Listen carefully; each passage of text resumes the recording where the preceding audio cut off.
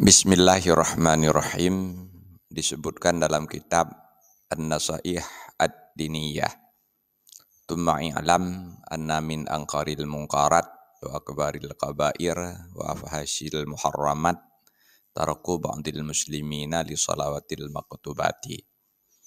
Kemudian ketahuilah bahwa perbuatan mungkar yang paling mungkar, dosa besar yang paling besar, dan perbuatan haram yang paling buruk adalah meninggalkan sholat 5 waktu.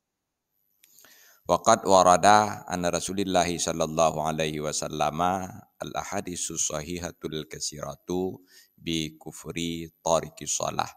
Telah warid dari Rasulullah sallallahu alaihi wasallam banyak sekali hadis yang sahih bahwa orang yang meninggalkan sholat bisa jadi kafir. Wallahu a'lam bishawab. Walhamdulillahi rabbil alamin.